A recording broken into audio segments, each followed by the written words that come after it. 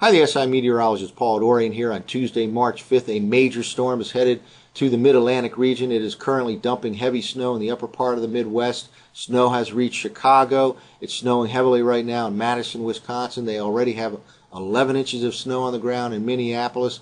That storm will move towards West Virginia by later on this evening and then scoot across the Virginias towards the southeastern Virginia coast by about midday tomorrow, and then slowly pull to the north and east from there. It does now look like significant precipitation will move up and down the I-95 corridor to places like Philadelphia, New York City, and Boston. The heaviest precipitation does continue to look like it'll extend from eastern West Virginia across the D.C. metro region to the Delmarva Peninsula. But again, significant snow accumulations are likely in Philadelphia and accumulations in New York and Boston as well.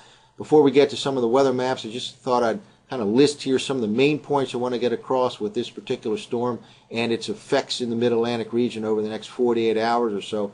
First of all, this time of the year, pretty much any time of the year, but especially in March, elevation is crucial here. There will be some snow reports that are much higher in higher elevation areas. For example, probably the bullseye for this storm will be the higher elevation locations of eastern West Virginia, western Maryland, places like the Skyline Drive. That region there will probably end up being the bullseye, perhaps 1 to 2 feet of snow in some of those areas.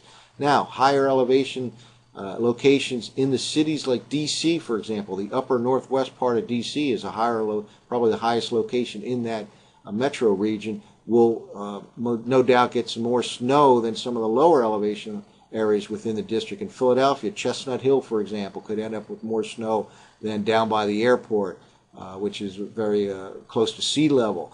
Also, though, this will not be an all-snow event along I-95. That's for sure. It looks like it'll begin later today in the D.C. region as rain gradually change over to snow overnight tonight in D.C. and mainly snow tomorrow. Begins in Philly late tonight towards morning. Perhaps it's a mix of rain and snow and then changes to snow gradually during the day tomorrow. The best accumulation for snow in the Philly region will be tomorrow afternoon and tomorrow night. Reaches New York City later tomorrow morning as rain, and that continues as rain during the day, but then changes over to snow tomorrow night. And they get some accumulations up in New York City as well. So there'll be kind of a battle going on between rain and snow along the I-95 corridor. At the coast, could be some serious problems later on tomorrow into Thursday with some strong winds, 50 miles per hour or more, beach erosion, coastal flooding. They too should change over to snow and perhaps even get some accumulation down by the coast after a full day of rain tomorrow. By tomorrow night, enough cold air will move in that, for example, along the New Jersey coast, they very well could end up with some accumulating snow tomorrow night. Power outages are a distinct possibility in sections of the Mid-Atlantic region over the next 48 hours. A couple of reasons. First of all, strong winds, but also the fact that it'll begin as rain in many locations. That'll wet the branches and limbs, and then the snow will occur and stick quickly onto the branches and limbs, so it certainly can be some weighing down of branches and tree limbs, causing some power outages over the next 24 to 48 hours or so. Timetable, we kind of talked about that already. Begins first in D.C., then in Philadelphia by morning, and then a latter part of the morning tomorrow across New York City. Here's the latest GOES water vapor imagery loop. Couple things to point out here. First of all, a little spin in the atmosphere still here over the northeastern part of the country, southeastern part of Canada. This is associated with a little blocking pattern. That low is now starting to form here over the Ohio Valley, the surface low, and it will kind of be shunted to the east because of this blocking pattern in the upper part of the atmosphere. Again, the upper level energy over the upper part of the Midwest. Snow now falling in Chicago, heavier snow in Madison, and quite a bit of snow already in Minneapolis. All this will extend to the south and east over the next 12 hours or so. Now, we've talked about the possibility of some of the heavy precipitation bands associated with these computer forecast model maps to shift to the north based on some of the ensemble runs that we've been looking at over the last couple of days.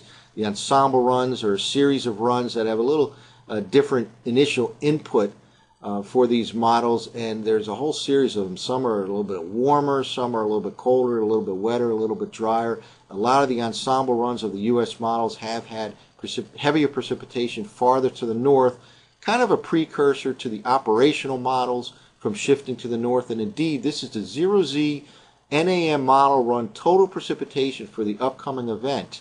And it does continue to have the heaviest precipitation across eastern West Virginia, across D.C. towards the Delmarva Peninsula. But notice last night's model run had this very heavy precipitation area extending up and down the I-95 corridor. Indeed, Philadelphia, New York City, and Boston will get slammed if the NAM is an accurate forecast here.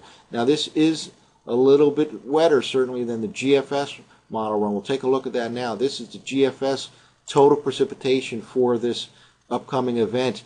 It, too, has the heaviest precipitation across West Virginia, Maryland, to the Delmarva Peninsula, and it does have some precipitations, fairly significant, up and down the I-95 corridor. In fact, it gets significant again across eastern Massachusetts. But compared to the NAM model, not quite as wet, so we'll monitor to see how that develops with the next series of runs that come out over the next couple of hours here. So the U.S. models do have some significant precipitation up and down the I-95 corridor, but the NAM was a significant change overnight last night. Well, let's walk through last night's 0Z GFS model run forecast. We'll look at tonight's forecast, tomorrow morning, tomorrow night, and then Thursday morning. By tonight, surface low pressure will be over eastern Kentucky. Again, heavy snow all day today in this corridor right here, kind of dropping to the south and east with the development of the surface low. This is on its way towards the southeastern Virginia coast.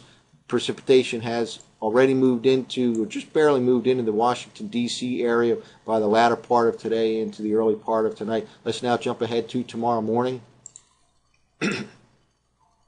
By tomorrow morning, the precipitation has moved into the Philadelphia region, probably in the form of rain or snow, or actually some kind of a mix is possible as well, just on the doorstep of New York City. Now it's snowing pretty hard across eastern West Virginia, western Virginia, perhaps the western suburbs of D.C. getting slammed by tomorrow morning. And again, for the most part, it'll be coming down as snow across D.C. and points west and north of there during the day tomorrow. Let's now jump ahead to tomorrow night. By tomorrow night, the GFS has the surface low just off the Virginia coast. Still a good area of moisture on its north and west side here. Snowing pretty good across Philadelphia. Again, the best chance for accumulating snows in Philly will probably be tomorrow afternoon, especially tomorrow night. And right now, preliminary estimates that I'm projecting are about 6 to 12 inches across D.C., 3 to 6 inches across the Philadelphia area, 2 to 4 inches in New York City. Stay tuned. We'll fine-tune that later on today and into the day tomorrow. Let's now jump ahead to Thursday morning. By Thursday morning, starting to wrap up in the Washington area, but still perhaps some snow into Thursday morning across Philadelphia and New York City. The storm kind of slows down, even stalls a little bit off the mid-Atlantic coast. Heavy precipitation now moving into places like Boston and eastern part of New England on Thursday morning. Again, they can have rain changing over to snow just like the rest of the I-95 corridor. So significant snow coming for tomorrow along the I-95 corridor, especially across D.C., but even in Philadelphia and New York City and Boston, there can be some accumulating snow. Stay tuned all day today for updates at thesiweather.com. That's it for now. I'm the SI meteorologist, Paul Dorian.